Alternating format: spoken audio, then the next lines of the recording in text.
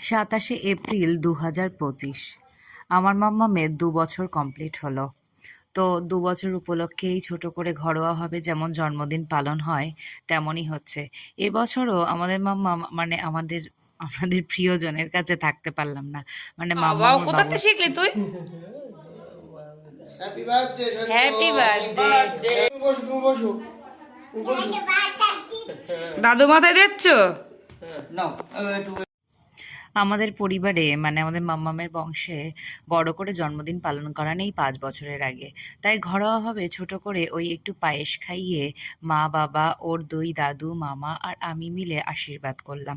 যেহেতু ওর বাবা এবছরও কাছে থাকতে পারেনি তাই ওর বাবা ওই আর কি যা হয় আর কি দূর থেকেই শুধু ভিডিও কলেই দেখছে।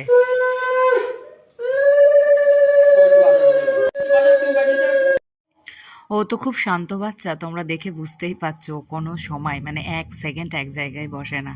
তাই ওই একজন প্রদীপ দেখানো আর ওর মামা জোরে চেপে ধরে ওই জোর করে আশীর্বাদ করছে। দেখো ওকে শান্ত করে বসানো ভীষণ মুশকিল, ভীষণ মুশকিল। যাই হোক এই সব কিছুর মধ্যেই ছোট করে ওর জন্মদিন পালন হলো। আর তারপরে ওই দিন আমার দাদুর কাজে ত্রয়োদশা ছিল। তো ওই দিন আমরা আবার মামার বাড়ি গেছিলাম, ওইখানেও খুব ভালো করে মানে কি খাওয়া দাওয়া হলো।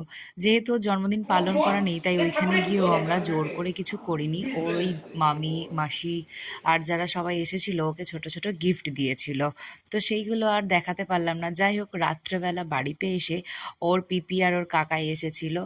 তো কাকাই আর পিপি এসে আমরা চাউমিন খেতে গেছিলাম, ছোট করে যা হয় আর কি।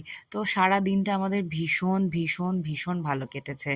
এই দেখো ওর ভাই বোনদের সাথে অনেক দিন পরে মানে ও বোধহয় এই প্রথম, আমরা যা ছোটবেলা কাটিয়ে এসেছি এই ছোটবেলায় ও আবার ফিরে গেছে।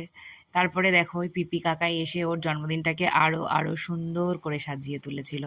যাই হোক ধন্যবাদ সবাইকে, ধন্যবাদ তিতিন তাতাই আমার মামামের তরফ থেকে। চলো টাটা, ভালো থেকো।